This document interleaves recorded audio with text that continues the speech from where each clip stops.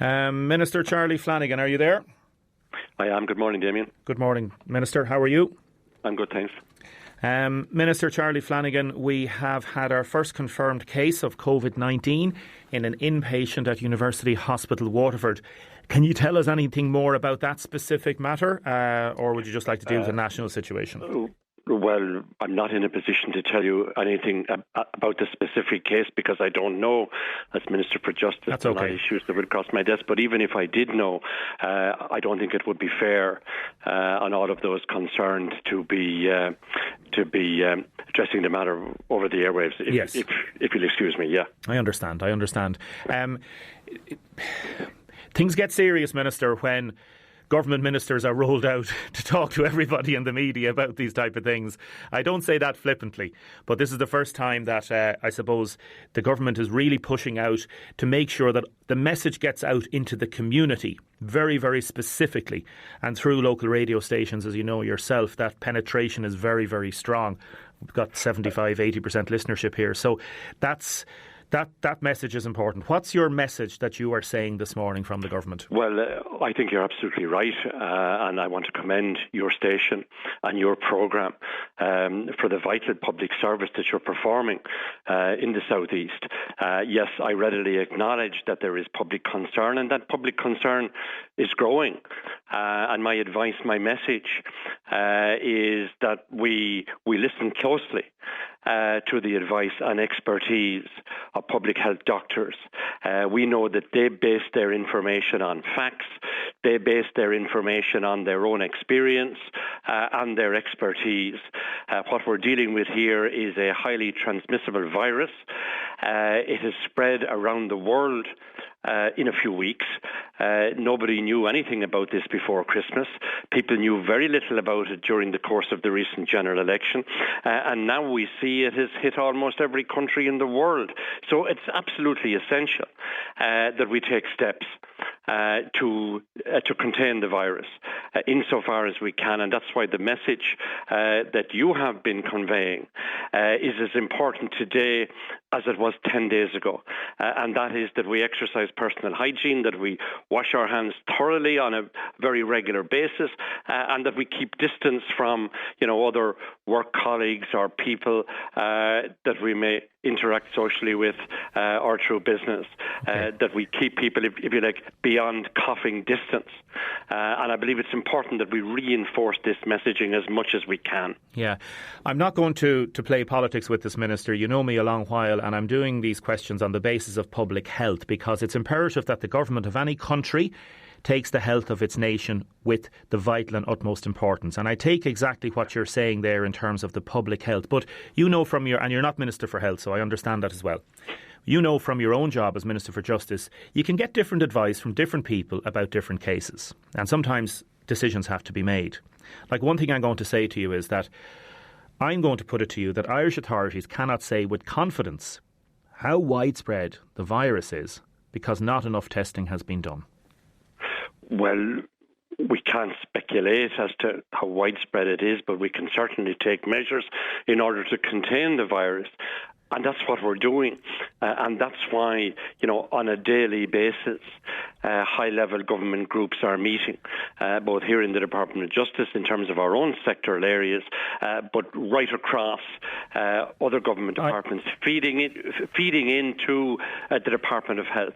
And every decision that's taken in terms of advice as to curtailing of movement, advice as to personal behaviour, advice as to mass gatherings. All of this advice is taken on the basis of the expertise of the public health doctors, and I wouldn't call those into question.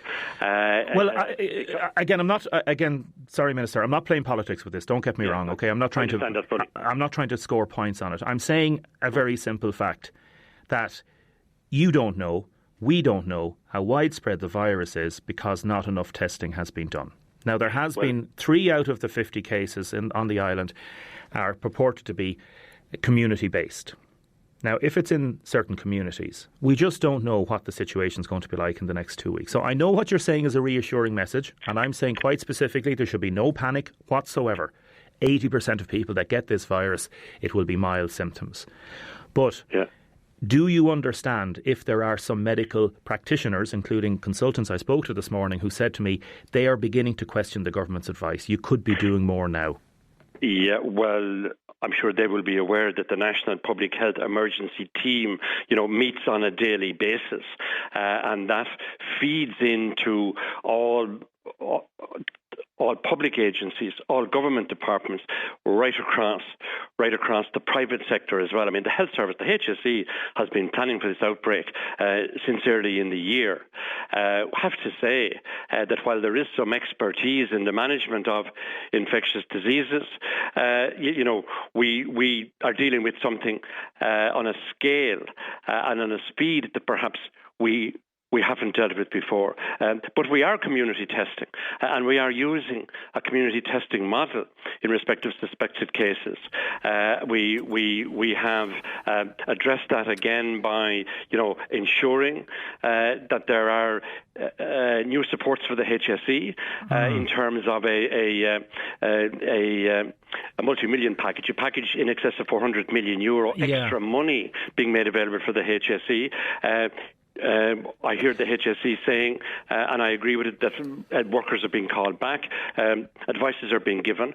There is a major national response in place because what we need to do as a people, as a community, and this is, I'm sure, what your consultants are saying to you, we need to slow down the spread of the virus. We need to keep numbers affected to a minimum. Yes. And at the same time, we need to reduce the peak pressure on the HSE. I understand that, and that's why I'm asking these specific questions, because it's only in the last few days, Minister, that the decision was made to cast the net more widely, testing people with severe unexplained respiratory symptoms with no history travel. So you may see over the next few days a widening of the net. I've been talking to people in the hospital this morning that are in this particular ward where this man has contracted the virus, and they still haven't been tested. They weren't even told about it. Now, that's a different case. There are clear guidelines for healthcare staff who are in close contact with a confirmed case, and I'm sure it's the same in Waterford as it is in the east of the country or Cork. Can I just ask you, Charlie, Minister, somebody coming back from Cheltenham, like thousands upon thousands of Irish have been over at Cheltenham. Should they come back and just be careful about where they go, or what do you do? It's a hard one, isn't it? Of course they need to be careful where they go. Of course they need to ensure that the guidelines as far as social distancing is concerned are adhered to. And if they feel unwell and if they feel they have the symptoms, they should certainly phone their general practitioner and take the medical advice. Can I say to you, Damien, as well? Yeah. I live in a rural constituency, engaging on a regular basis with my constituents in Laois Shoffley. There's a concern among older people, for example. There's a concern among people who may be living alone. And I want to reiterate the importance of the phone helpline that's available. There's a designated phone helpline for older people, which has been run between the HSE and the organisation alone. And that number, I'll give it to you if you'd like it for your listeners. Please call it out, 0818 222 024, and it's operating on a daily basis from 8 o'clock to 8 o'clock. These hours can be extended if necessary, but again I would ask people to be aware of that number and perhaps to use that number in the first instance rather than contacting maybe a hospital or an A&E service. Yeah, like I spoke to a GP this morning and she was being phoned by people yesterday, and the problem with that is the criteria for referring people to contact the hospital has not yet been changed. That might change later today because somebody may be not symptomatic. There's another big issue. I know I can't keep you too long, Minister, because I know you have to go to another radio station, but there's only 60 people testing in Ireland at the minute. We need hundreds out there testing. Hundreds. Yeah, well, healthcare workers are very much engaged. If they have close contact with a confirmed case, They know what to do in terms of self-isolation. The issue of testing is being reviewed on a daily basis. But I would ask people to follow the advice of the experts here and to listen closely to your bulletins. Yes. The HSE website, hse.ie, again, is an important source of information. And, of course, I readily acknowledge that the information will change on a daily basis as the major national response continues. Minister Charlie Flanagan, thank you for talking to us this morning. Thank you, Damien. Minister Charlie Flanagan there talking to us. And as I said earlier, once they start rolling out the ministers to talk to every radio station in the country, I'm not being flippant about this, but it shows that they really want to get the message out there. A lot of people texting in 083 3333 975. I don't know where to start on this. I really don't know where to start. People are saying COVID-19 was in Thailand in December. Other people texting in and phoning in 051 846 123. Frank has phoned to say he's in a vulnerable group. How long does the virus last? Can he get it a second time? My understanding is that if you do get it once, more than likely you cannot get it a second time. There's been one instance, we understand, in China where somebody got it a second time, but once you get it once, you effectively become immune from it. Joan has phoned in to say if it's possible that people have the virus and don't know it. Yes, it is possible. As we know, there's a 2-week incubation period on this. The advice on this in general, folks, is that give your doctor a call. Like, I know we don't want hundreds of people phoning the doctors this morning, but like I got a message from Jeff Plant this morning, the doctor we've had on a number of times. If you have a cough, cold, flu symptoms, do not attend your GP. Do not attend your GP. If you have any of the above and need medical advice, ring the GP. They will phone back and take it from there. I know the secretaries working in some of the surgeries we were talking to the last 24 hours have been inundated with calls. So don't go to the GP if you're feeling like that. We have to listen to the medical experts and we have to take advice and see how it goes. We're in an evolving situation. So next I'm going to be talking to a mother and her son, I hope, and her son is actually in Medical 7 in UHW. Now, getting a lot of texts and calls from people already on this. I think we're going to be inundated on this today. People looking for information. We'll call out that number again in a minute. Margaret says the Kilmac Thomas Health Centre has the right idea. You ring to make an appointment. If it's not flu, you get an appointment time, but you wait outside until you're called, so there's not a lot of people in the waiting room. A phone caller has called to Audrey to 051 846 123. Very annoyed with Charlie Flanagan. Is he for real, she asks. Does he think he's talking to children? Telling people to wash their hands. We know that. It's a disgrace the way the government is dealing with this, says this person. Other people asking and saying, Damien, I went to a pub, 3 pubs at the weekend, no hot water in the bathroom to wash your hands and only one hand wash on it. Public places have to take a lot more advice on this. I'm going to try and talk now to Sinead McGlynn. Sinead McGlynn is a mother and her son is in Medical Ward 7. Sinead, Damien, hiya. Hi, Damien, how are you? Oh, sure, I'm okay. I'm not too bad. What happened? Jeannie, God. Every parent would be... Oh, my God. It's just... No, I know, Damien, what it is every ward is going to say, that was in our ward. It was confirmed. I know, yeah. What my son is saying to me. Tell me, your son is in Ward 7, is he? Medical 7, he is. Tell me about him. What's his name? Kieran Devlin. And how is he? How old is he? He's 19. Now, he's type 1 diabetic since he was 3. He presented there 2 weeks ago on Thursday with very high blood, blah, blah, blah. He was in a DK coma. Came out with that, but had low blood sense. Then Kieran, I went over to him last night after work, and he comes out to the car, sits with me for half an hour. But Damien, I have a heart condition. I was not aware for 1 second there was a case of that. I shared it last night when I got home, but not... I wasn't even kind of thinking. And it was only this morning I went, oh my God, what have they exposed him to? And did he tell you last night in the car about it, no? No. We didn't even, he was saying, how are you doing, blah, blah, blah, this sort of thing. And it was only, I must check my Facebook. It was only then I went, Christ, what happened just then? I shared it when I got home on Facebook last night, and I said, and my child of Prague is in there, because I'm friends on Facebook, I'll tag you in it. I said, my child of Prague is in there. I said, you need a new mama bear, joking. And it was only then I was going, this isn't actually a joke. So Kieran said, no, the guy was here for 4 days before he was confirmed. Now I'm going, really?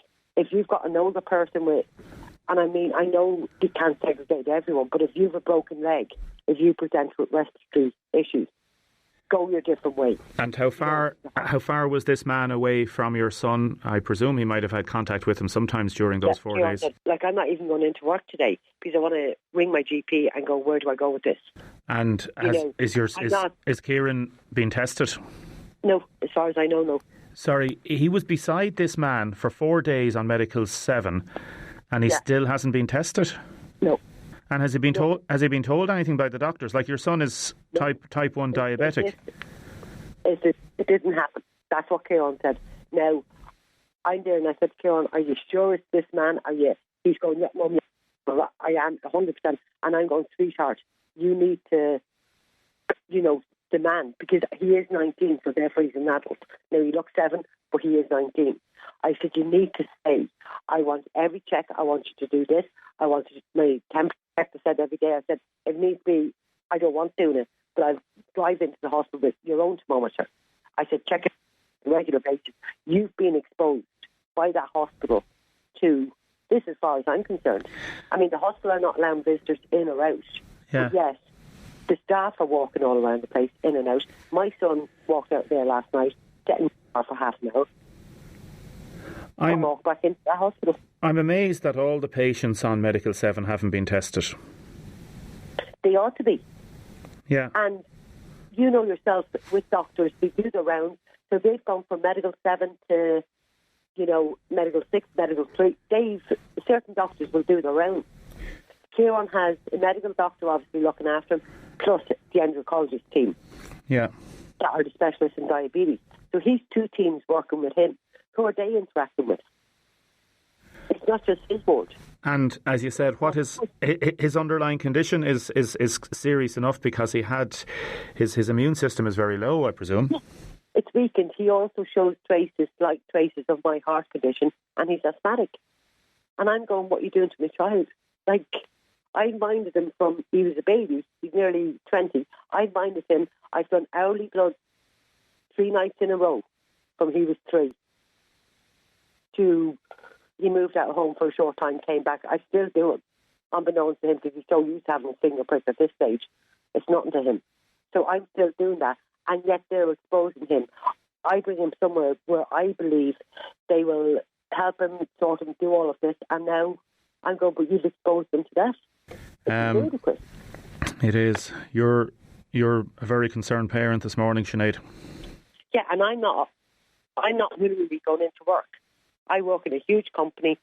I'm not exposing myself to hundreds of people until I see from my GP, where do I go with this? And it's not overreacting. It's not overreact. I'm not part of the mass hysteria, but I am hugely concerned that my son has been exposed to this in the place that I brought him to get the care that I couldn't give. Sinead, thanks very much. I'm going to try and talk to Kieran now in the hospital. Hello? Kieran, Damien Tiernan, how's it going? I'm not too bad, how are you? Good, I'm not so bad. I was just talking to your mammy there a few minutes ago. Yeah, no, she was telling me. Tell me, where are you at the minute? Medical 7 at the moment. You're in Medical 7, and did you get a surprise when you heard that, or how did you hear about this man? A patient in the ward has contracted COVID-19. It was actually one of my friends, the woman I used to work with. She sent me a link on Facebook to Waterford News and Star, and it said Medical 7. She was like, your ward. And I was like, all right, well, we weren't told about it by any nurses or anything, so that's how I found out, kind of. So you were in the bed last night, was it? What time did this happen last night? She sent me a message. Bear with me there 1 second and I'll tell you. Probably around 8 o'clock or so, yeah, 9 o'clock. Yeah, so she sent me the message telling me at 10 minutes past 10, she sent me the message telling me. So 10 past 10 last night, you found out that a person who has... How close was this person to you in the ward? See, we've no idea. We weren't told anything by any nurses or anything, as I said, so he could have been in my cubicle, he could have been in another one. I honestly have no idea, Damien. Yeah. And have you been told anything this morning, Kieran? No, we've been told nothing by any staff.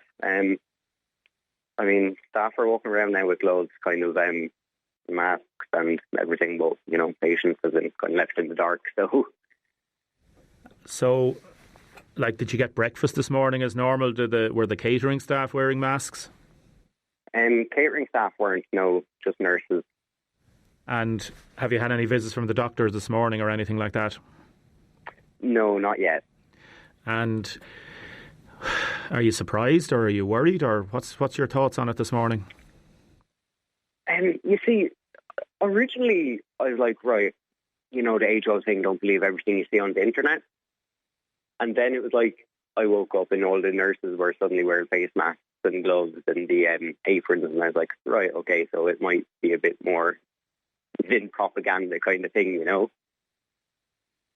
So, yeah, worried would be a statement, I'd say.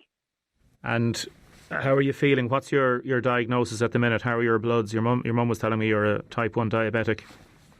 So I originally came in with high blood sugars and they started going low. They couldn't get them up, so they're all over the place now. It's a mixture of kind of high blood sugars, low blood sugars. So you're up and down.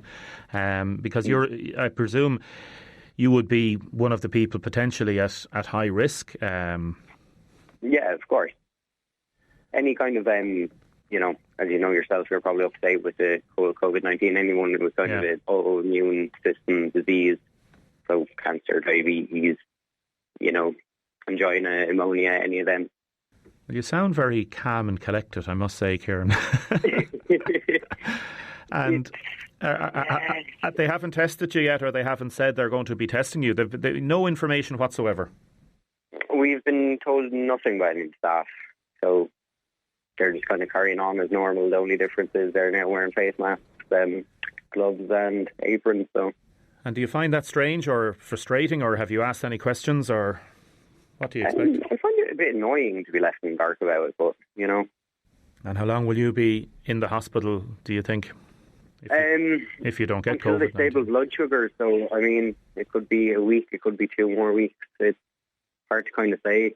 Well, listen, mind yourself, and I'll text you on my number. You might give me a ring later and we'll follow it up. Is that okay? Of course. I sent you a friend request on Facebook anyway, so I'll send you a message or something anyway later. Okay, thanks. I'll follow it up, Kieran. You mind yourself. So that's Kieran, a patient directly talking to us from Medical 7 about the situation there.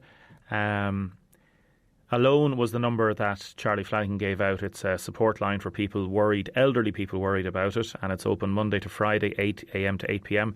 0818 222 024. 0818 222 024. That's the number Charlie Flanagan gave out. Damien, I can't believe Cheltenham wasn't cancelled. All the Irish people coming back at the weekend, putting people at risk.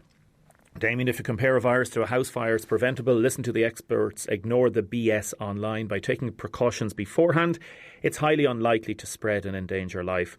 Damien, will doctors now again start sending people's prescriptions directly to the chemists? They've been saying data protection and making us go to surgeries to collect them, making it hard on the elderly and long-term sick. Damien, I work at a shop at a checkout. I'm sick of people coughing and sneezing straight at me. It happens numerous times every day. Also, the amount of times I've seen children sneezing into their hands and then proceeding to root through baskets of sweets is unbelievable. Please have respect for shop workers. We have vulnerable people in our lives and deserve some respect. In a minute, I'm going to be talking to a Waterford woman living in Italy. We're also hopefully going to be going straight to China. I'm going to talk first to Vinny O'Brien. Vinny is a Waterford man who has a friend living in China, and Daniel McCarthy from New Zealand. And Vinny has been keeping an eye on all the different matters on Facebook, and particularly since the start of it. Vinny, why have you been keeping an eye on this, and why is it important? Everything that he said, or has been saying for the last couple of weeks, is after coming true. Oh, okay. He ran the numbers, what's happening in Italy, towards what was happened in China, and it proves that the Chinese authorities weren't giving the right numbers at all, And he's on the ground there. He's out every day. The community compound he's in, he's able to go out around, and he give you a good perspective on it. I'll give him a ring there now. And he basically, did he predict what was going to happen in Italy, or what did he say? He more or less he called it. Yeah, he called it. Yeah, he put the alarm bells up a long time ago. You know. And how does he think it's going to pan out across the world?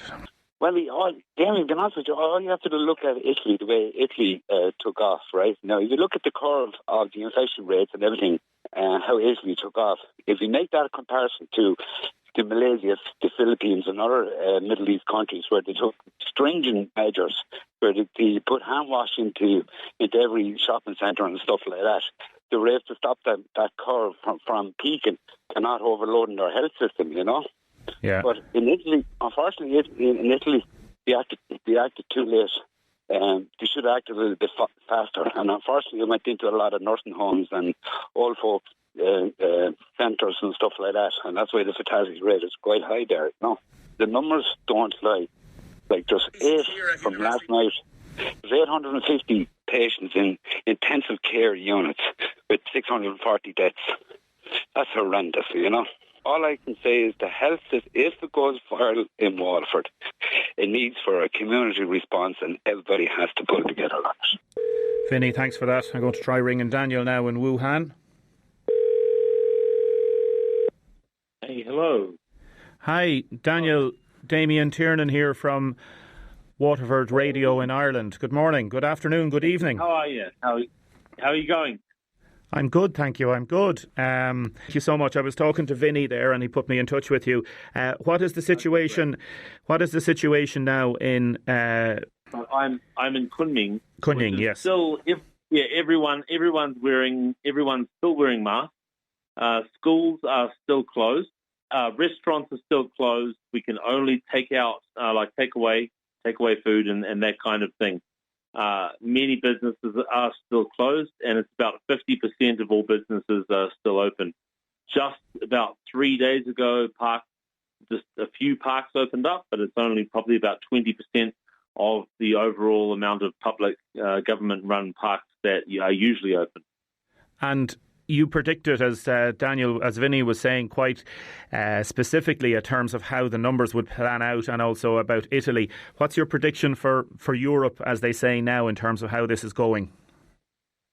Well, I would say I'm trying to speak in code a little bit here, but I would say that to get an idea of the real Chinese numbers, I would take a look at the Italian and Iranian numbers.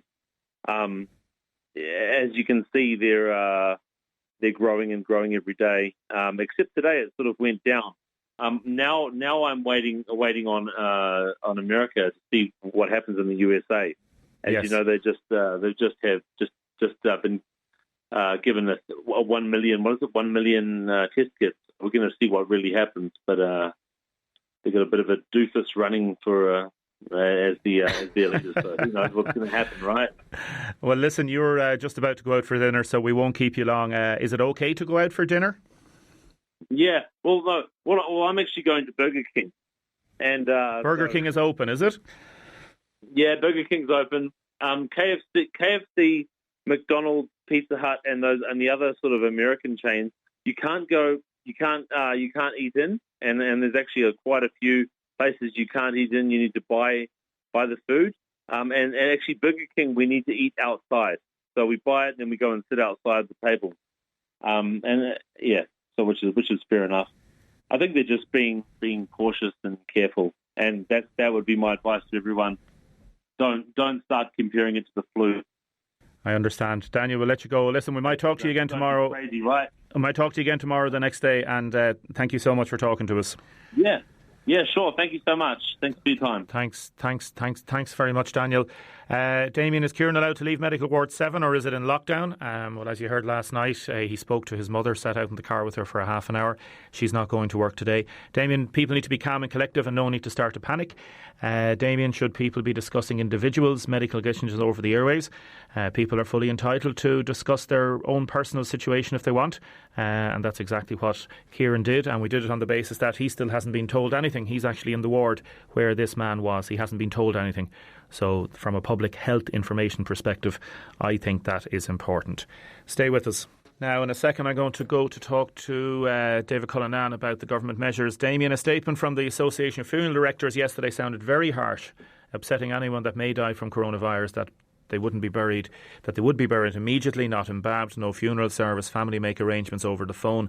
Families need time to grieve for their loved ones. Tony Hoonahan said that this since has been an unnecessary measure. Just got a phone call in there. Simon, due to play in the Tower Hotel this Friday night, has postponed the event.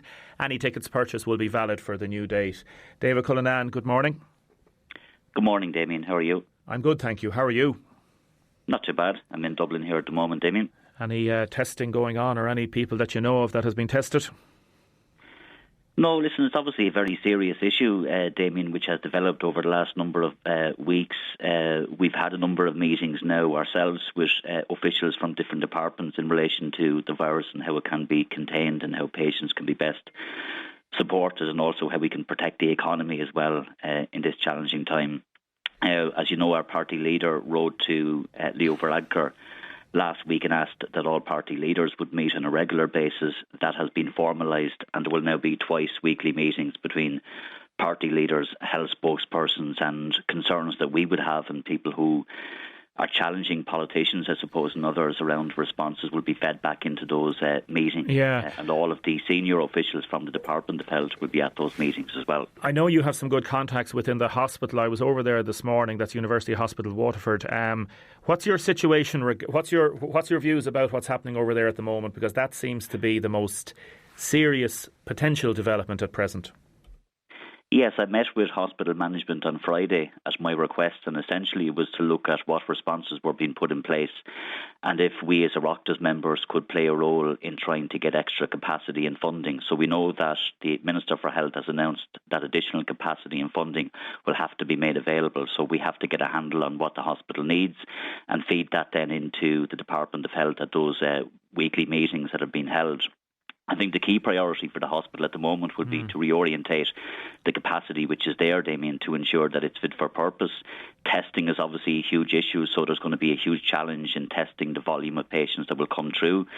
There's obviously extra care being given to some departments like dialysis, maternity, haematology and oncology. So these are, I suppose, are patients which are most at risk.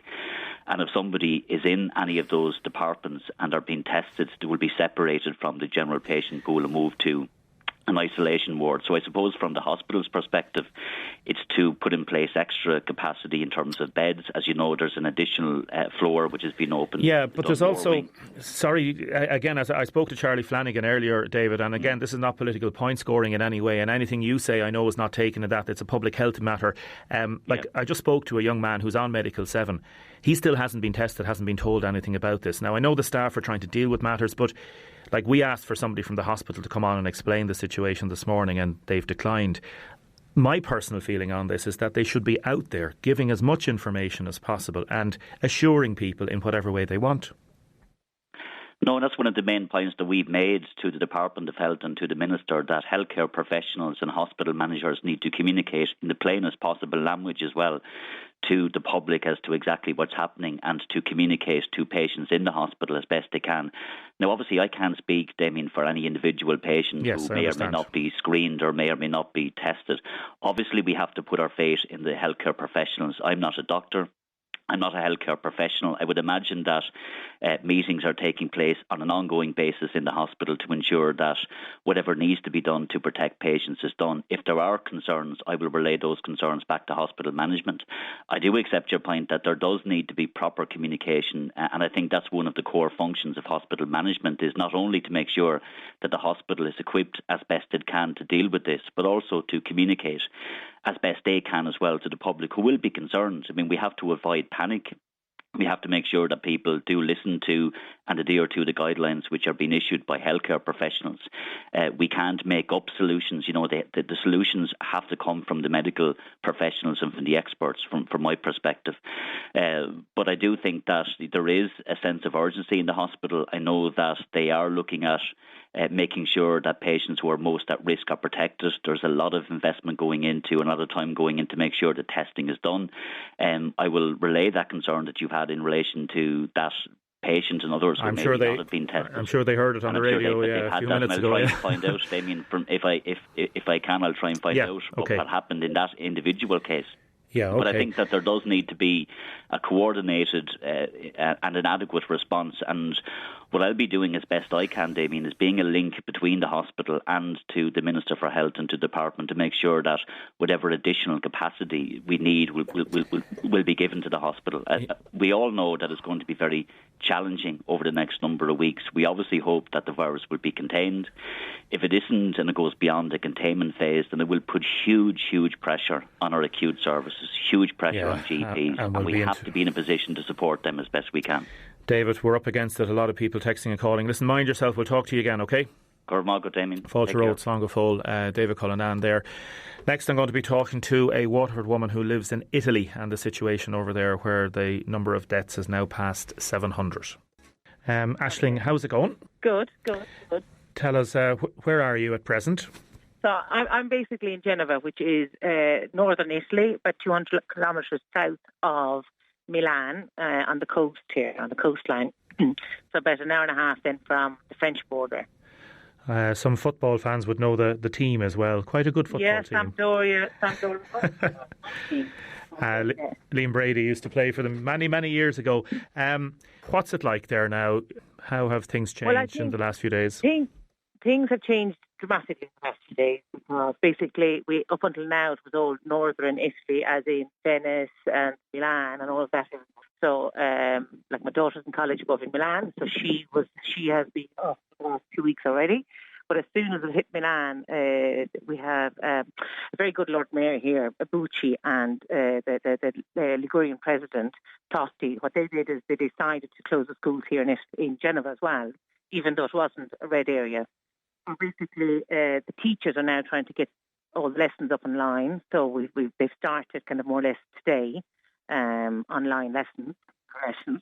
And then we've got nobody's allowed to go out at the moment. You need, since yesterday, you need to have a certificate with you to state where you're coming from and where you're going to. So you need to, the only places you can go to are to the supermarket, but you can only go one at a time. And there's a limit to the number of people that can go into the supermarket. You can go for medical reasons, you can leave your property, and if you're going to work, but you need to have a certificate with you at all times because it's become law now. If you're just out and hanging around, it's illegal. That's unbelievable, really, isn't it? Yeah. Well, it's kind of, they've said it's a danger to public health, so that's the reason they've created a self-declaration, that you need to go for work, necessity, health, and returning home, basically. And when you heard of these restrictions coming into force, and they brought them in overnight, 2 nights ago, as you say, quite suddenly because they felt they had to. What was your initial thoughts, Aisling? Well, what happened was then there was a viral video that you saw from Milan train station, people trying to get home. The people who were in areas that weren't actually red areas were trying to get back out, to get back to the southern Italy or down to home, basically. So that created panic, from people in the south saying, okay, here they're all coming out now on the trains, from northern Italy, before it was actually made public, the new law, So that was, which meant a faster spread, So that's why the law came out that they had to stay. If they've come from northern Italy, you have to stay at home for 14 days now, and it's a lot more control. And I think the biggest danger is basically how the hospitals are going to deal with it and the machines that they have. In Liguria, they've put into place additional machinery, additional nurses and doctors, and they've created a system ready for it because it's hitting off here now, So it takes off fast when it takes off, and and the biggest fear is elderly people. So we have grandparents here. They're 80 and 75, and you worry about them. So we've just told the kids they can't go to the grandparents' houses, and you have to keep away from them, because they're at risk. They're Italian grandparents, is that it? Your husband's? That's right. Grandparents. Yeah. And how long are you living in Genova? Over 20 years now. And your daughter's up in what's her name? She's up in college. Maggie, yeah, she's above in Milan, but she's back home here. So, well, a special hello to Maggie. And just remind people again, Aisling, the Waterford connection in terms of the family over here. So I was born in Waterford, and I moved over here in 94, 95. Got married here in 97, so I've been living here ever since. So. And Italians, I suppose it's a cliche, but this idea of going out after the evening meal, especially, I know not as much in the winter time, but the socialisation. Even in the winter time, Italians are very sociable. My own kids now, they usually go out after maybe, meet up with the friends. They go to the piazza or the square, and they just meet up and hang out. So that's all, that stopped, So, and the aperitivo, you went for a drink, and it's all very sociable, but that stopped as well. So it must be unreal, the situation in a way, Aisling. Is it is it weird? It's weird because when you meet people in Italy, you give them a hug and a kiss on the cheek. So that's all stopped, and people trying to hold themselves back from doing that, giving the hug or the kiss or, just the greeting. So that's changed. And so, but people aren't panicking. There's not that panic, because I think that the government have been very good putting in place the various things, the various laws and systems in place. So it's not panicking. It's about more education and social responsibility and getting kids to kind of, because teenagers, they don't really have the full grasp of it. And so you can see here that there's a lot of TV actors and singers that are trying to push the message through on social media. To get kids to be conscious of it, to wash their hands and not travel and all of that, What's going to happen next, Aisling? Do you think the government and the people will be able to ride this out? Will there be a complete and utter agreement by people to do what has been asked? I think the government, and I'm very confident in the government and the local government here. They've dealt with huge issues in the past. We've had the bridge that fell here in Geneva, and we've had a lot of flooding. And I believe, with the measures that they've taken, that people have to take heed. They're obliged to, So I'm confident that people, the message is getting through. And how are you yourself? Do any of your friends or any people that you know of that have the virus? No, fortunately enough. So just fingers crossed. You just don't want to know anybody that's going to be in a situation. So it's up to you to kind of to watch out for the people that are around you. It's So okay. Yeah. It's unusual. The biggest thing I think is just when you are in the area, the actual discrimination is funny. But people, you discriminate about the people coming from Milan. So it's not about the colour of your skin anymore, or the expats, people coming in from abroad on the ships anymore. It's more about, where you're from and are you being socially responsible? That's the issue here today, Aisling, mind yourself. I presume you want to just say a quick hello to all the family over here. Okay. Yeah, no, hello to everybody. Yeah, in contact constantly with them on WhatsApp. So. Okay. Well, listen, thanks for talking to us and mind yourself, won't you? Thank you. Thanks very much, Aisling. Gillian has phoned in. Her granddad was taken to hospital yesterday by ambulance with possible symptoms of coronavirus. They're not allowed into the hospital. They can't get anyone on the ward to give them any information, but they said they'll let them know when he is discharged.